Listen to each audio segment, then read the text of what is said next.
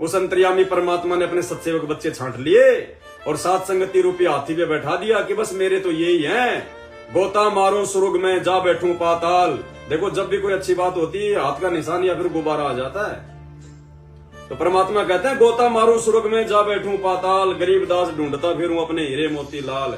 तो परमात्मा ने अपने हीरे मोती लाल सात संगति रूपी हाथी पे बैठा दिए और जो निकम्मी आत्मा सात संगति से नीचे गिरेगा, अपनी अज्ञानता के चलते, अपनी छोटी सोच के चलते, अपनी मान बढ़ाई के चलते, उनकी तो मैनेजमेंट वालों से भी भयंकर दुर्गति है। इसलिए भैया अपनी भक्ति अपनी मर्यादा अपने हाथ में है, किसी के भरोसे ना रहना। इस पवनदास की जिम्मेदारी 8 साल से केवल इतनी थी कि आप लोगों को सही रास्ता बताऊं, गुरुजी के ज्ञान आधार से आप लोगों को जो है वो चलना सिखाऊं। और वो सेवा परमात्मा ने दास से बखूबी करवाई है, चाहे परिस्थितियां चाहे कैसी भी रही हो मेरी, लेकिन परमात्मा ने 8 साल से कोई कसर नहीं छोड़ी। हर प्रकार से आप लोगों तक परमात्मा ने सुख में या दुख में जिन भी मैं परिस्थितियों में रहा हूं, आप लोगों तक मैंने मैसेज पहुंचाए हैं मेरे गुरुदेव भगवान के आशीर्वाद से, उनकी रजा से। उनकी रजा के बिना तो दास एक शब्द भी नहीं बोल सकता। तो मैं उस मालिक का धन्यवाद करो जो भाई सात संगति से ज्ञान आधार से जुड़े हुए हैं। सारे ज्ञान आधार में नहीं है, ध्यान रखना सात संगति में भी वही ये छटनी तो होती रहेगी, दो चार तो आते रहेंगे, नीचे गिरते रहेंगे, अंत में बचेंगे वही जिनके लिए परमात्मा आता है। सीधी बात यह है। देखो आज परमात्मा 28 साल से ज्ञान दे रहा है, कितने लोग समझे? कितने लोग समझे? 7.5 अरब की जनसंख्या है। आधी से आधी प्रतिशत दुनिया भी नहीं समझी। आधी से आधी प्रतिशत क्या होती है, यानी बिल्कुल चूंटी भर लोग भी नहीं समझे संत रामपाल जी के ज्ञान को। जबकि तो भगवान है, तो दास को भाई कौन कितना महत्व देगा? लेकिन वो महत्व देंगे जो परमात्मा के हंस होंगे, जो राग द्वेष मान बढ़ाई ईर्ष्या मन मुटाव इन सब से दूर होके और अपने आत्म कल्याण के लिए जो भक्ति कर रहे हैं, वो भैया वो समझेंगे इन बातों को। और वो ही चाहिए परमात्मा को। परमात्मा कहते हैं खोकापुर में काग मिला दिन दो रे, अरबों में कोई हंस हमारा हो रे। भैया कोई जहाज वहाज भर के नहीं जाते, इस गफलत में मत जीना। ये तो परमात्मा ने बोलना पड़ता है कि ताकि नालायक भक्ति पे लगे रहे। टीचर कमजोर से कमजोर बच्चे को भी नहीं कहेगा कि तू फेल होगा, जबकि टीचर को तो पहले पता होता है कि ये सेकंड आएगा, फर्स्ट आएगा या फेल होगा। वो टीचर भी नहीं कहता किसी को ताकि बच्चे का मनोबल ना टूट जाए। तो ये तो परम संत है भैया, ये कैसे कह देगा? ये तो ये कहेगा बच्चों भक्ति करो, सारे चलेंगे, जहाज के जहाज भर के चलेंगे। 650 साल पहले भी तो ये कहा करते थे बच्चों भक्ति करो, जहाज के जहाज भर के जाएंगे। एक भी गया क्या? एक भी? एक कोई चिड़ी का बच्चा भी गया क्या सतलोक में? कोई नहीं गया। सब के सब वो महापुरुष यहीं पड़े, यहीं धक्के खा रहे हैं। अब वर्तमान में आएंगे या फिर वो आ चुके होंगे, सबके सब यही धक्के खा रहे हैं। तो भैया परमात्मा की वाणियां फेल नहीं हो सकती।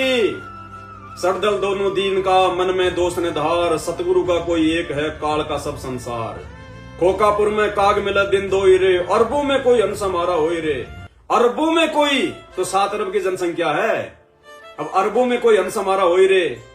अब 1 अरब में 1 होगा तो 7 अरब में कितने हुए? 7।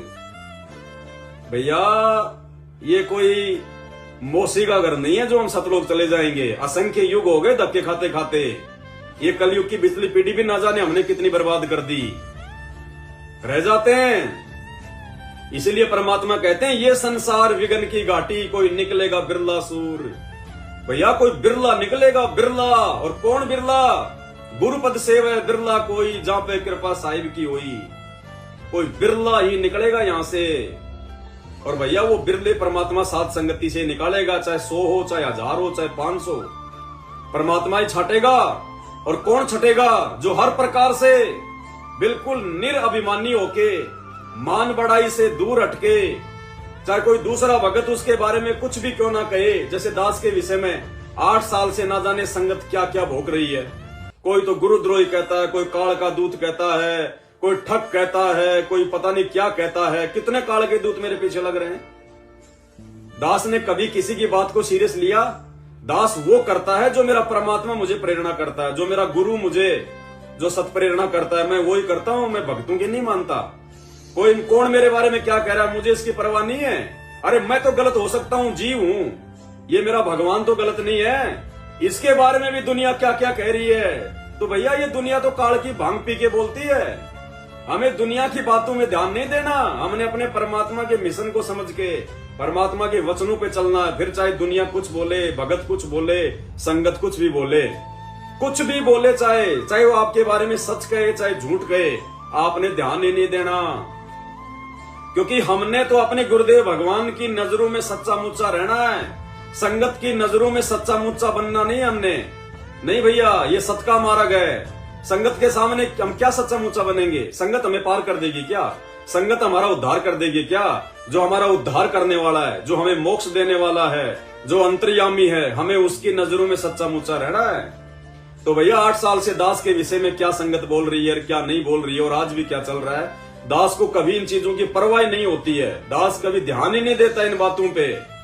परमात्मा कहते हैं भोगते रहेंगे, वो तो कुत्ते हैं, वो तो अपना शीशे में मुंह देख देख के अपने जैसा ही दूसरे को समझते हैं। और जो बिना आधार के, बिना प्रमाणों के जो बात करते हैं, राग द्वेष में पड़ के निंदा चुगली जो करते रहते हैं, करने दो उनको, अपने कोई फर्क नहीं पड़ता। 8 साल से परमात्मा ने भगत को अपने हाथों पे रखा है।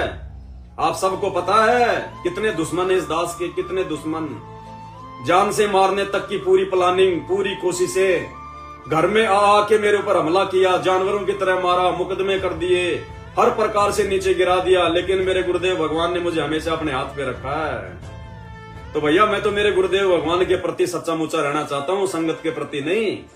और जो गुरुदेव के प्रति सच्चा मुच्चा रहेगा, संगत के सामने तो ऑटोमेटिक सच्चा मुच्चा रहेगा।